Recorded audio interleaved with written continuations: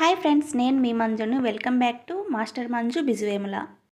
ఈరోజు మన కిచెన్లో పర్ఫెక్ట్ టేస్ట్ వచ్చేలా ఎగ్ బిర్యానీని చాలా సింపుల్గా ఎలా చేయాలో చూపిస్తున్నాను.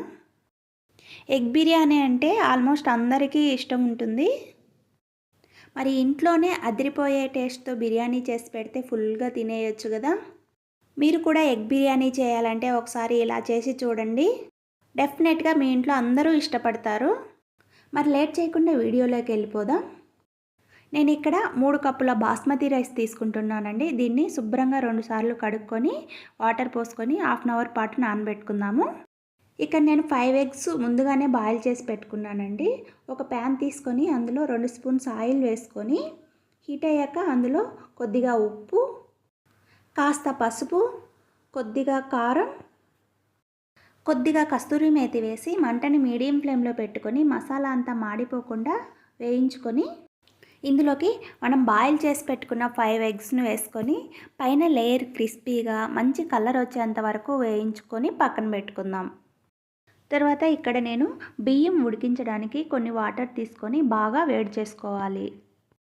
ఈ నీళ్ళు మరిగేలోపు మనము ఒక మిక్సీ జార్ తీసుకొని అందులోకి 3 మీడియం సైజ్ టమోటాలను తీసుకొని గ్రైండ్ చేసుకొని పక్కన పెట్టుకుందాం. మనం బిర్యానీ ఎందులో అయితే ప్రిపేర్ చేస్తామో ఆ గిన్నెని తీసుకొని అందులోకి 5-6 స్పూన్ల ఆయిల్ వేసుకొని ఆయిల్ హీట్ అయ్యాక ఇందులో 2 బిర్యానీ ఆకులు వేసుకొని 2 మీడియం సైజ్ ఆనియన్స్ను ఇలా సన్నగా కట్ చేసుకొని ఇందులో యాడ్ చేసుకోవాలి. అలాగే 3-4 పచ్చిమిర్చిని కూడా పొడవుగా కట్ చేసి పెట్టుకొని ఇందులో యాడ్ చేసుకొని ఇవి గోల్డెన్ బ్రౌన్ కలర్ వచ్చేంత వరకు వేయించుకోవాలి. ఆనియన్స్ కొంచెం తొందరగా మగ్గాలంటే సాల్ట్ వేసుకొని మగ్గించుకుంటే తొందరగా మగ్గుతాయి.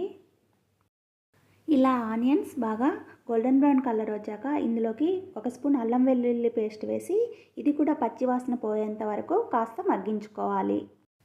ఇక్కడ నేను కొత్తిమీర పుదీనా కలిపి తీసుకుంటున్నానండి. ఈ కొత్తిమీర పుదీనా అనేది బిర్యానీకి పర్ఫెక్ట్ టేస్ట్ని ఇస్తుంది.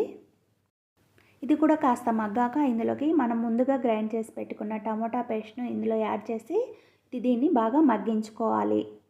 ఇది మగ్గేలోపు మనం ముందుగా వాటర్ పెట్టుకున్నాం కదా, ఆ వాటర్ మరుగుతున్నాయి కదా, ఇందులో హోల్ గరం మసాలా అంతా వేసి అందులో కాస్త కస్తూరి మేతి, 1 స్పూన్ అల్లం వెల్లుల్లి పేస్టు, రైస్కు సరిపడినంత ఉప్పు, 1 స్పూన్ ఆయిల్, కొత్తిమీర పుదీనా వేసి ఈ వాటర్ ఒకసారి బాగా కలుపుకొని బాగా మరిగించుకోవాలి.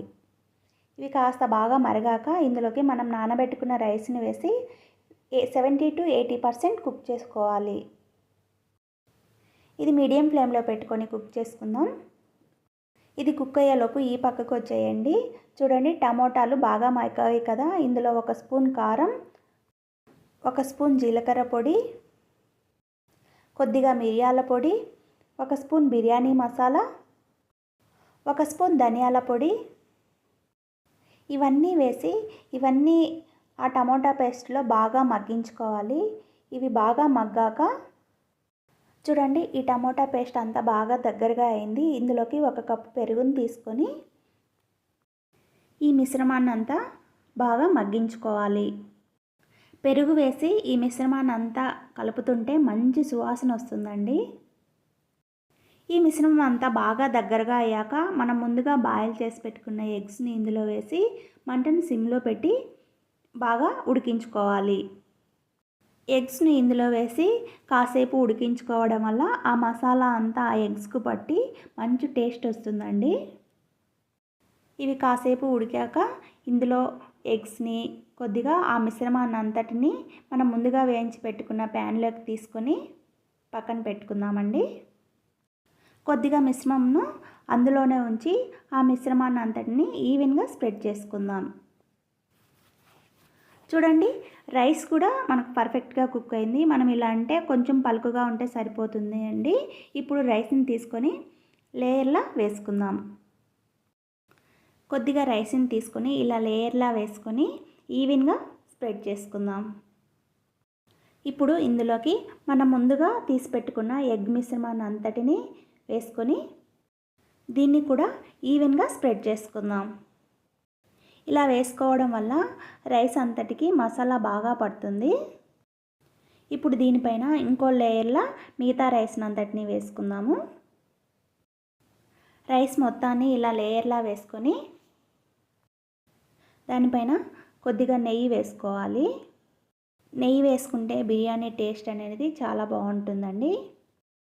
దీనిపైన మనం ఫుడ్ కలర్ వేసుకోకుండా కొద్దిగా బిర్యానీ మసాలా, కొద్దిగా గరం మసాలా వేసుకొని మూత పెట్టి 15 మినిట్స్ పాటు దమ్ చేసుకుందాము. ఇలా వేసుకోవడం వల్ల రైస్ అనేది కలర్ఫుల్గా ఉంటుంది, పైన రైస్కి కూడా మసాలా పడుతుందండి.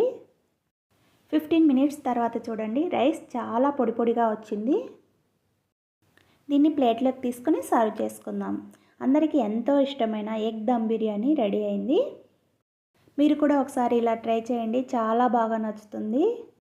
ఈ వీడియో కనుక మీకు నచ్చినట్లయితే ప్లీజ్ లైక్ చేయండి, షేర్ చేయండి, సబ్స్క్రైబ్ చేసుకోవడం మిస్ అవ్వద్దండి.